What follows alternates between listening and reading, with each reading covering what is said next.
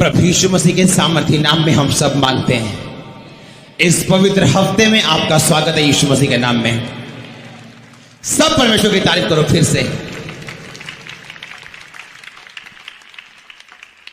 Hallelujah. अपने पड़ोसी को बोलो तुम पवित्र हफ्ते में हो और तुम्हारा स्वागत है परमेश्वर की हजूरी में। आमीन। सब जन निकालेंगे यूहन्ना की अंजील 3 उसकी 8 आयत को पढ़ेंगे सब जन। हवा जिधर चाहती है उधर चलती है और तू उसका शब्द सुनता है परंतु नहीं जानता कि वह कहां से आती और किधर को जाती है। जो कोई आत्मा से जन्मा है वह ऐसा ही है। सब कहे आमीन। फिर से इस लाइन को सब कलीसिया पढ़े।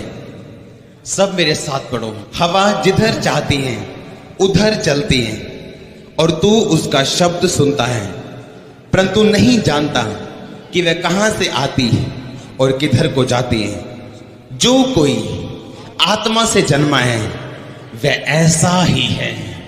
सब कहे आमीन। परमेश्वर यीशु मसीह ने कहा हवा जिधर चाहे उधर जाती है।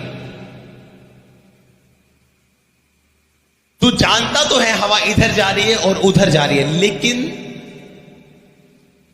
तू उसको पकड़ नहीं सकता।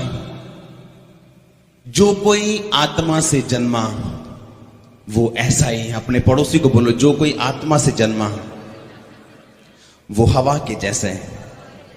हवा जिधर जाती है उधर चलती है और हम उसका शब्द सुनते हैं परंतु नहीं जानते हैं वो कहां से आती है और किधर को जाती है।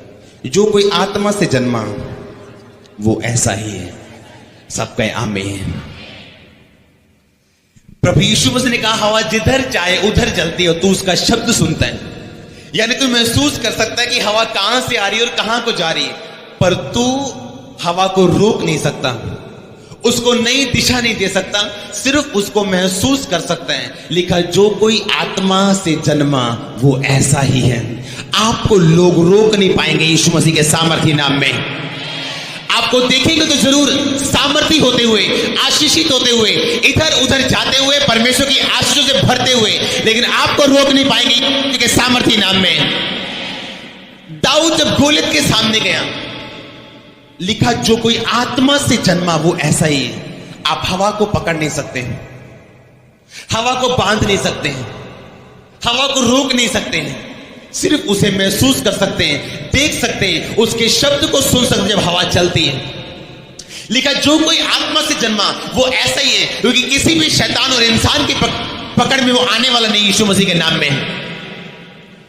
जब दाऊद गोलियत के सामने था, अगर आप आत्मिक नहीं है, लिखा जो कोई आत्मा से जन्मा वो ऐसा है। अपने पड़ोसी को बोलो आत्मा से जन्म लेना जरूरी है। प्रभु यीशु मसीह ने कहा कि आत्मा लहू और पानी। लिखा 3 जने गवाही देते हैं और यीशु मसीह ने एक बात बोली थी कि जब तक तू जल और आत्मा से ना जन्मे परमेश्वर के राज्य को देख नहीं सकता। कितनों ने सुना है इस बात को और पढ़ा है? परमेश्वर यहां कह रहे हैं कि अगर तू हवा को देखे वो जिधर चाहे उधर चलती है, तू उसका शब्द सुनते हैं लेकिन नहीं जानता वो किधर को आती है और किधर को जाती है। लेकिन जो कोई आत्मा से जन्मा वो ऐसा ही है। पिछले से पिछले थर्सडे हर वीरवार को लगातार ये वचन हो रहा है कि जब याकूब अपने मुंह से अपनी पत्नी को एक बात बोलता है, जब ये नहीं जानता था कि उसकी पत्नी कुछ मूर्तियों को चुरा के लेके आई है और उसके ससुर ने बोला कि कौन मेरे घर से चीजों को चुरा के लेके आए। याकूब नहीं जानता था उसकी पत्नी चुरा के लेके। कहता है जिसने वो चीजें चुराई हैं वो जीता नहीं बचेगा। कितनों ने वचन सुना है वो बोला उस हफ्ते। और बाइबल कहती कुछ सालों के बाद उसकी पत्नी की मौत हो गई, क्योंकि याकूब के मुंह से ये शब्द निकल चुके थे कि जो कोई जिसके पास वो तेरे ग्रह देवता निकलेंगे वो जीवित नहीं बचेगा। कितनों को पता जब गोलियत दाऊद के सामने आया तो बहुत सारे लोग ये समझते हैं कि दाऊद ने उस गोफन के साथ गोलियत को मारा। मैं आपको बताता हूं रीजन क्या है। बाइबल बताती जब गोलियत दाऊद के सामने आया तो उस गोलियत ने अपने देवताओं के नाम में लिखा दाऊद को श्रापित किया। कितनों ने पढ़ा हुआ है? लिखा अपने देवता के नाम पे गोलियत ने दाऊद को श्रापित किया और कोसा। दाऊद एक बात जानता था, एक जो कोई आत्मा से जन्मा है और आत्मा के द्वारा चलता है वो सब बातों को समझता है। दाऊद एक बात जानता है कि जब भी शैतान मारता है वो शब्दों के द्वारा मारता है। हमेशा जब भी शैतान के लोग मारते हैं आपको श्राप के द्वारा मारते हैं। आपकी फोटो भी किए गए जादू टोने के द्वारा वो आपको मारते हैं और आपकी जिंदगी पे एक श्राप को रिलीज करते हैं। और लिखा अगर आप आत्मा से जन्मे हैं तो दाऊद ने क्या किया? दाऊद ने गोलियत के पहले श्राप को खत्म किया। दाऊद चुप नहीं रहा।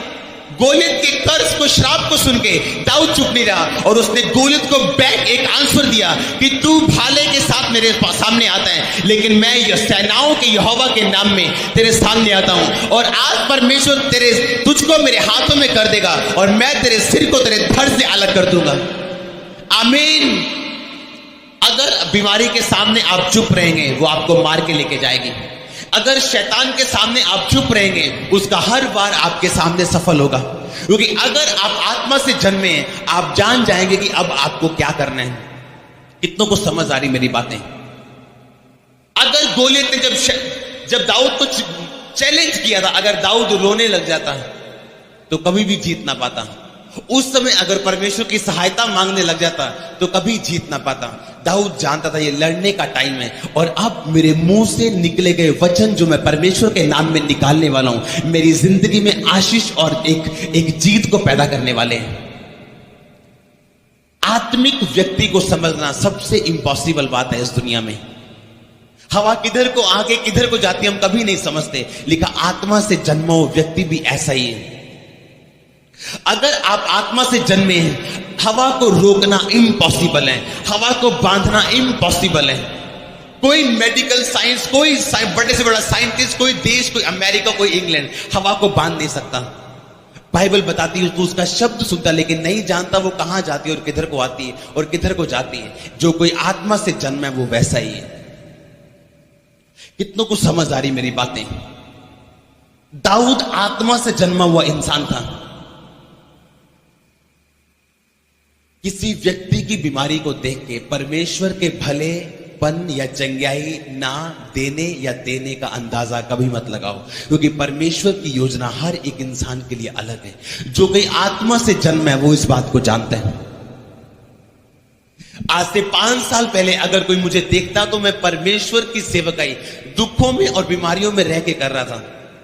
अगर उस समय लोग मुझे देख के जज करते या न्याय करते कि परमेश्वर ने इस व्यक्ति को चंगा क्यों नहीं किया जबकि इसको पुकारते हुए इतने साल हो गए और हमें इसे देखते हुए इतने साल हो चुके हैं, लेकिन परमेश्वर की प्लानिंग थी जो अपने टाइम पे पूरी होती है। लेकिन बाइबल में लिखा जो आत्मा से जन्मे हैं वो परमेश्वर के समय को भी जानते हैं।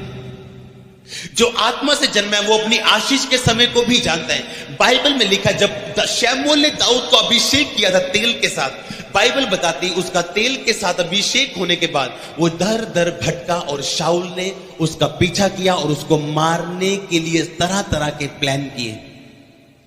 हालेलुया। कितनों को याद है जब दाऊद भाग रहा था जंगलों में और शाऊल उसका पीछा कर रहा था।